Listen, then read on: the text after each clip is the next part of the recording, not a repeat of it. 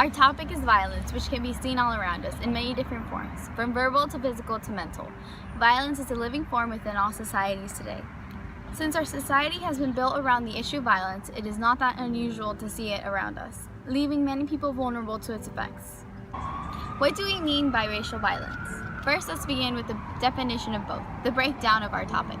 Race means denoting or relating to the division of the Homo species into races on groups of physical characteristics. Violence means the exercise or an instance of physical force, usually affecting or intended to affect injustice, destruction, etc. Derogatory comments such as "beaner" and "wetback" do not sit well with me. As a child, the first thing that every person I met asked was, "Are you illegal?" which was not something that I understood. My mother is from America, and we did not swim through the Rio Grande. Illegal? What did they mean? Illegal would soon become one of the first characteristics that people would take to me without even saying a word. I may have been born in Mexico, maybe, but my family had gone through all of the right channels. Illegal was not something that just defied me.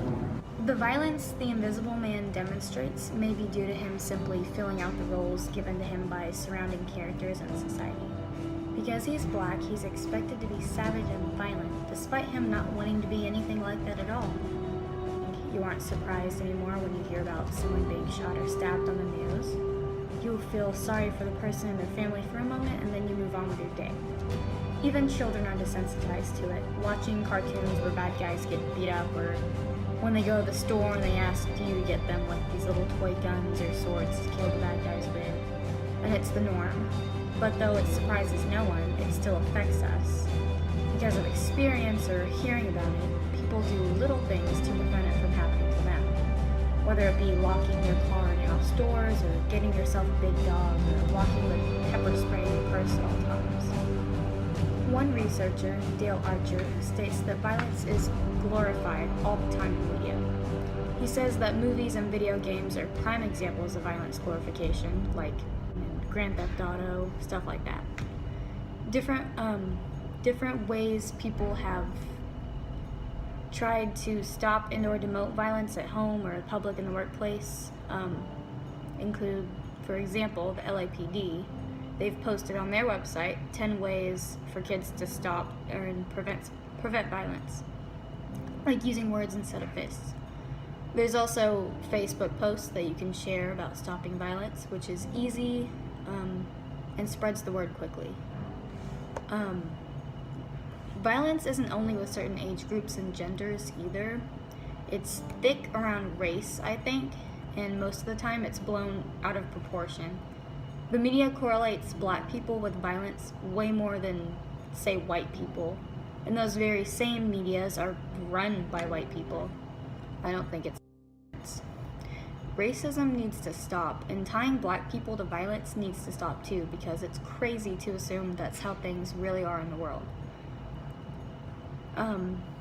Ways we can stop this, like I said, sharing Facebook posts. If you see it out in public, say something, don't let it happen, don't stand by, you know? Like the Lorax says, unless someone like you cares a whole awful lot, nothing's going to get better. A great leader over our topic would be Desmond Tutu. Desmond Tutu became heavily embroidered in controversy as he spoke out against injustice of the apartheid system. He became a prominent leader in the crusade for justice and racial reconciliation in South Africa. In 1984, he received a Nobel Peace Prize in recognition of his extraordinary contributions to that cause. In 1986, Bishop Tutu was evaluated as Archbishop of Cape Town, and in the capacity, he did much to bridge the chasm between black and white Anglicans in South Africa. As Archbishop, Tutu became a principal mediator and a conciliator to the transition to democracy in South Africa. Today, Archbishop Tutu is regarded as an elder world statesman with a major role to play in reconciliation and as a leading moral voice. He has become an icon of hope far beyond the church in Southern Africa. Desmond Tutu once said that differences are not intended to separate or to alienate. We are different precisely in order to realize our need for one another. We believe that Tutu is a great leader because he believes in spreading peace in order to stop violence. He believes that peace involves inevitable righteousness, justice, fullness of life, participation in decision-making, goodness, laughter, joy, compassion, sharing, and reconciliation. So he believes to fully stop the barriers between the different races is by spreading peace and love throughout everybody. So in order to become great leaders ourselves, first we must take action. By taking action, we will be able to eliminate the people that are actually doing the violence. We must go to those communities that have violence occurring within them. We must speak the word and let everyone know that violence is not an answer. Another way that we can be leaders over our topic is by having acceptance. Allowing others to tell their stories will begin the process of healing, which will allow us to spread forgiveness and peace rather than violence. Getting angry is okay, but there are certain ways to let that anger out. No one needs to hurt one another with words or punches. Spreading kindness and peace allows us to ease the tension of violence within certain groups of people, and being able to join special groups that do nothing but seek the opportunity to cure violence will make our community a better place. If we follow these steps, we will be able to get a little bit closer to stopping violence. Other people can practice the same things and try to start viewing people as the same instead of hating them for the color of their skin or based purely on the fact that they are different than me and you.